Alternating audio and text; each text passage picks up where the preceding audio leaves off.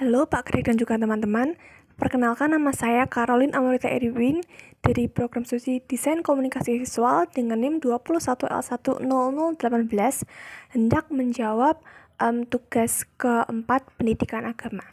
Sebelum mulai menjawab, saya akan awali dulu dengan doa. Doa akan saya pimpin secara Katolik.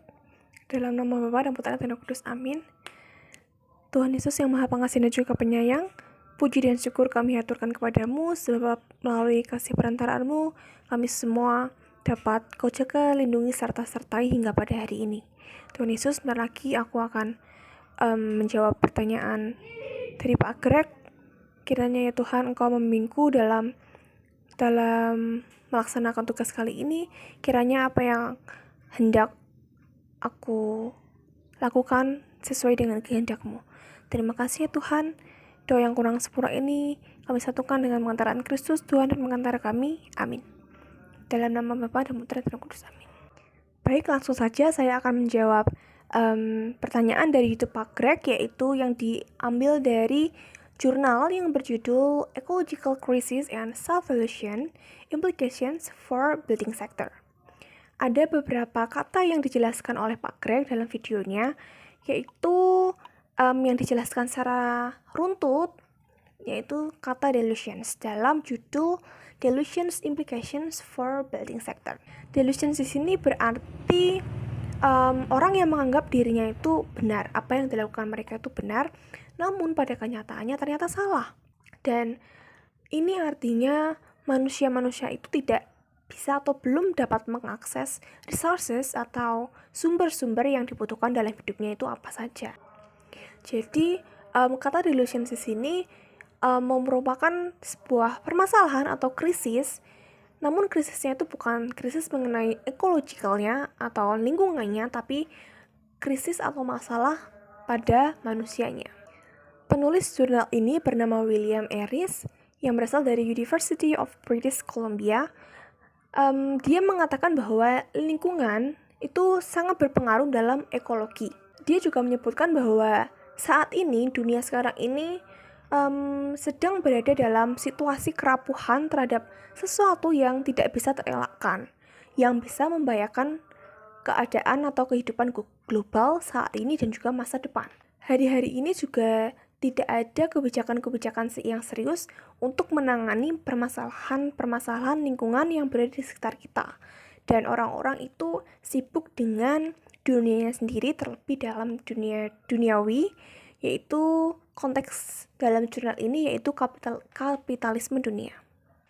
Contohnya yang di Indonesia bahwa tidak ada kebijakan yang serius dari pemerintah, yaitu ada dua contoh, yaitu yang pertama permasalahan lumpur lapindo. Sebagaimana yang kita ketahui bahwa lumpur lapindo sudah sangat-sangat mengganggu keadaan di Indonesia sudah lebih dari 10 tahun, namun pada kenyataannya tidak ada kebijakan yang signifikan yang dilakukan oleh pemerintah, dan akhirnya yang terkena imbasnya yaitu masyarakat di sekitar lumpur lapindo itu. Kemudian yang kedua yaitu contohnya kelapa sawit, minyak kelapa sawit. Kita sebagai negara dengan kelapa sawit terbesar di dunia, namun pada akhir-akhir ini terutama untuk mendapatkan minyak goreng itu sangatlah sulit, dan kita masih menunggu kebijakan dari pemerintah untuk segera menangani permasalahan ini. Namun yang sangat disayangkan, mengapa kedua kasus besar ini tidak dapat dihentikan atau tidak ada kebijakan yang serius dari pemerintah. Dari kedua contoh tersebut, yaitu lumpur lapindo dan juga kelapa sawit, dan juga pastinya banyak permasalahan-permasalahan ekologi lainnya. Oleh sebab itu, perlu diadakannya kebijakan mengenai pro-ekologi. Contohnya itu tidak overconsumption. Contohnya kita tidak menggunakan secara berlebih suatu barang yang dapat merusak atau semakin memperparah keadaan di lingkungan kita. Karena kita tidak tahu, namun beberapa tahun kemudian atau anak cucu kita akan sangat berbahaya bagi mereka karena sangat kurangnya sumber daya alam yang ada di sekitar mereka nantinya. Dan secara perlahan kita akan membunuh generasi masa depan jika kita tidak membatasi pemakaian apapun itu dari kita sendiri pada saat ini juga. Overconsumption tadi tidak bisa diatasi atau tidak bisa diperbaiki dengan cara low consumption. Namun perlu ada perubahan yang jelas dan juga signifikan. Contoh solusi dari permasalahan lingkungan atau ecological ini yaitu kita membuat suatu inovasi yang bersifat achieving sustainability. Contohnya itu solusi-solusi yang membuat manusia itu bisa bersahabat dengan alam. Kemudian terkait agama, setiap agama memiliki konsep mengenai lingkungan, yaitu dalam Katolik sendiri yaitu kosmoteatrik, yaitu di mana keselamatan berasal dari 3 unsur, yaitu kosmos, manusia, dan juga Tuhan. Jadi 3 unsur ini selalu berkesinambungan satu dengan yang lainnya. Namun cukup disayangkan bahwa masyarakat kini atau masyarakat modern ini memuja perilaku konsumtif. Contohnya beberapa orang ada yang merasa dirinya itu bangga atau hebat jika dia bisa membeli sesuatu yang banyak, misalnya fashion dan juga lain-lainnya. Kemudian pertanyaannya, apa sih yang bisa dilakukan untuk memperbaiki perilaku konsumtif tersebut? Yaitu tidak dengan calculative thinking atau kita misalnya membuat perhitungan mengenai pengeluaran dan lain sebagainya, namun dengan cara bermeditasi. Dengan meditasi ini diharapkan manusia masa kini dapat berorientasi jangka panjang, yaitu kita dapat memikirkan bagaimana nasib generasi kita ke depan, lingkungannya, dan juga lain sebagainya. Kemudian video ini akan saya tutup dengan satu ayat kitab suci, yaitu saya ambil dari Amsal bab 3 ayat 21 hingga 22, yang berbunyi, "Hai anakku, janganlah pertimbangan dan kebijaksanaan itu menjauh dari matamu. Peliharalah itu, maka itu akan menjadi kehidupan bagi jiwamu dan perhiasan bagi lehermu."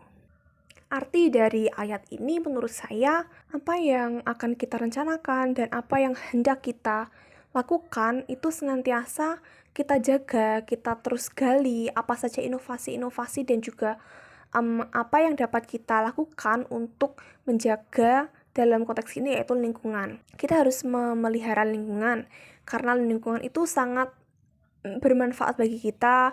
Lingkungan menjadi kehidupan bagi jiwa dan raga kita, dan juga dengan lingkungan juga kita dapat hidup dan kita akan mewariskannya kepada generasi ke depan. Maka dari itu kita harus menjaga lingkungan kita sesuai dengan perintah Tuhan Yesus. Baik, di akhir pertugasan ini saya akan tutup dengan doa.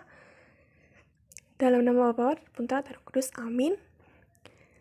Tuhan Yesus, puji dan syukur kami aturkan kepadamu sebab Engkau telah menjaga dan melindungi kami dari awal hingga pada akhir pertugasan ini.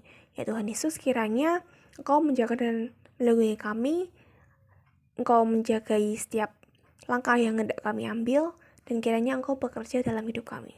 Terima kasih ya Tuhan, kiranya materi yang disampaikan Pak Greg ini juga dapat berguna bagi kami nantinya.